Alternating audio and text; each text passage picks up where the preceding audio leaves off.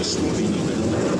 The ocean storm may seem violent and destructive to us, but to nature, it's a new beginning in the cycle.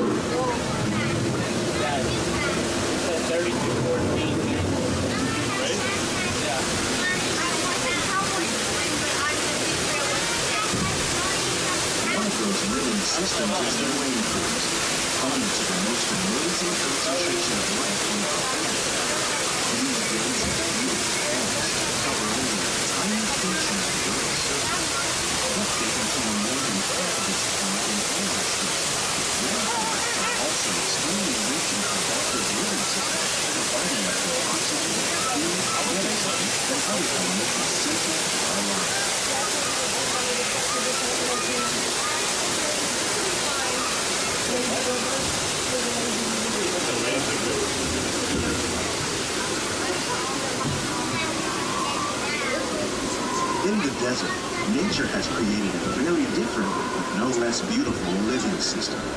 And while this arid landscape may seem lifeless, it is very much alive. The plants and animals that have learned to survive in these harsh conditions make use of what little water they can find and avoid the scorching rays of the relentless sun.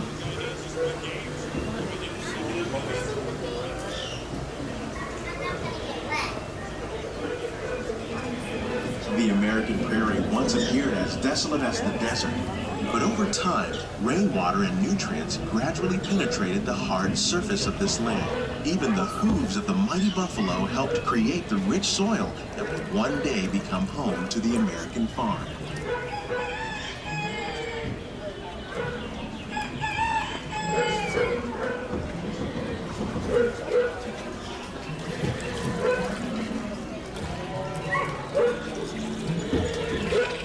Of all the forces at work on the land, humans have had one of the most profound effects. The need to produce food for a growing world led to the enormous use and sometimes overuse of the land.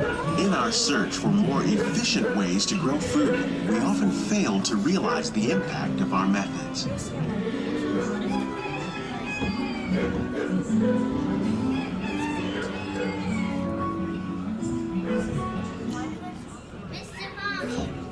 Today, we're learning to live with the land, discovering better ways to grow food that will assure both human and environmental well-being.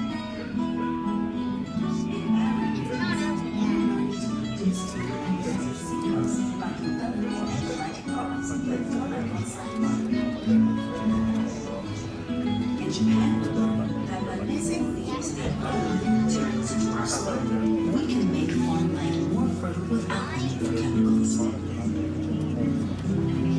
Here at EPCOT, we're learning to reduce the need for chemical pesticides by breeding and using natural predators, like ladybugs and wasps, to control pests.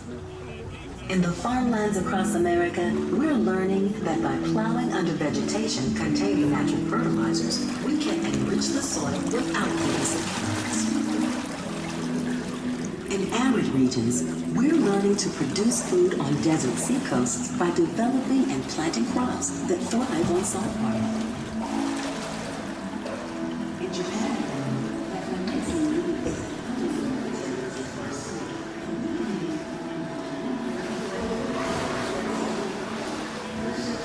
How will we meet tomorrow's growing needs for food production, yet still respect the needs of the land? Some of the answers are being discovered just ahead. To help us maintain these carefully controlled ecosystems, and for your safety, please remain seated in your boat at all times.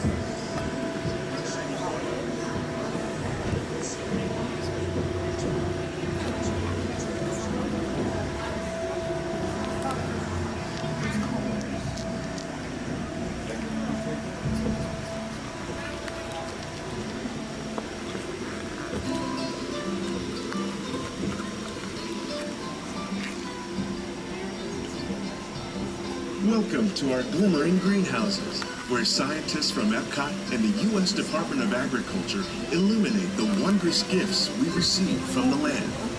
Join us as we ring in the most bountiful time of the year.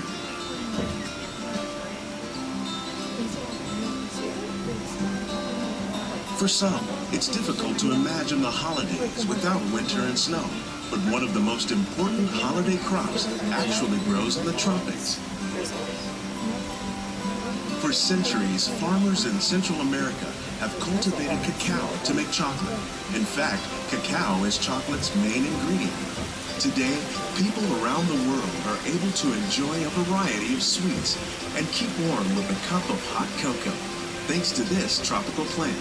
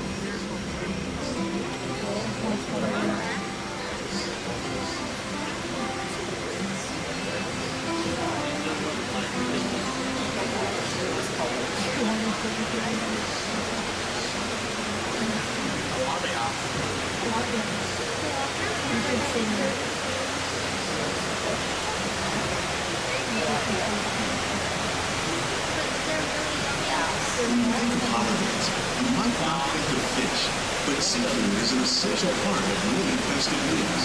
In parts of southern Italy, family and friends gather once a year to celebrate Glimmering with a 7-course seafood dinner. Tilapia, bass, and shrimp, like the ones raised here using our sustainable water systems, make up just some of the dishes served during this grand meal. Today, in the United States, the tradition is known as the Feast of the Seven Fishes.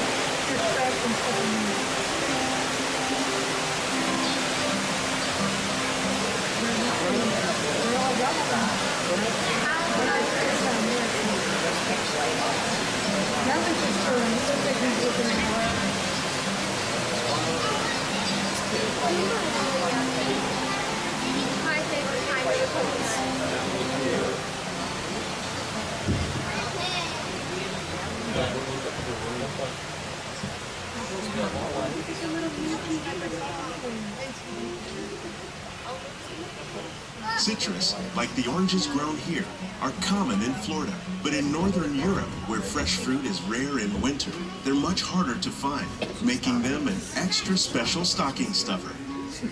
During Chinese New Year, these vibrant fruits are given as gifts of good fortune.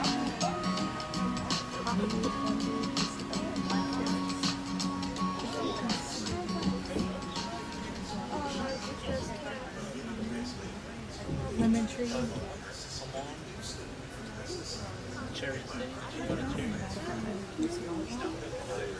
They say it's better to give than to receive.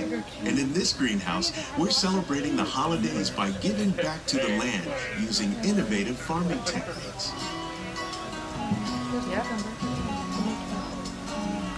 By recycling water, we can give plants rich nutrients. By giving plants ladybugs, we're able to control pests and reduce the need for pesticides.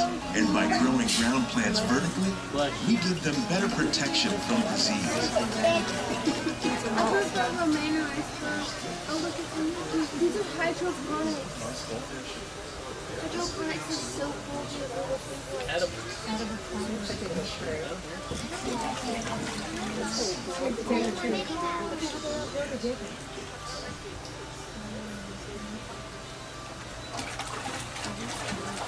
With these gifts, our plants can grow an abundance of festive vegetables. This greenhouse alone grows a bountiful 15 tons of produce each year. When we give more, we receive more, making the most of the land's green gifts.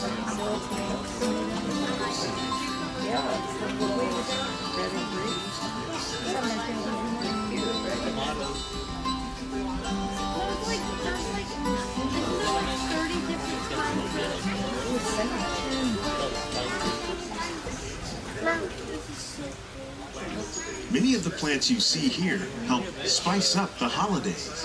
The bark of cinnamon trees, like the one growing beside you, is used to make cinnamon sticks. Do you like eggnog? You can thank nutmeg for its signature taste. Other spices, like ginger and vanilla, add flavor to a variety of holiday cookies, cakes, and other delights.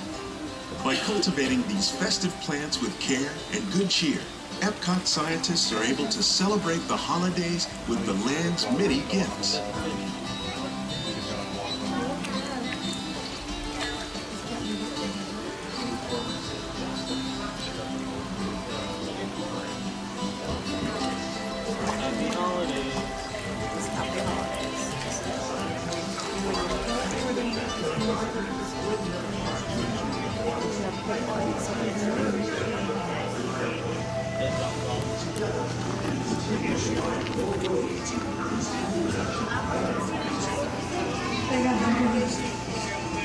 These greenhouses represent just a fraction of the work being done worldwide to produce bountiful harvests for our growing population.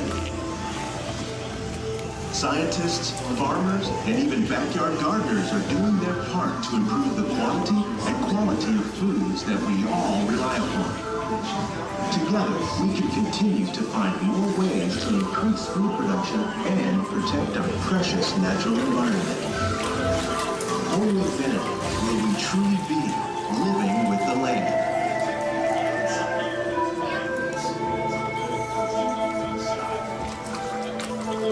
On behalf of Walt Disney World, we hope you've enjoyed this unique journey through our living laboratories.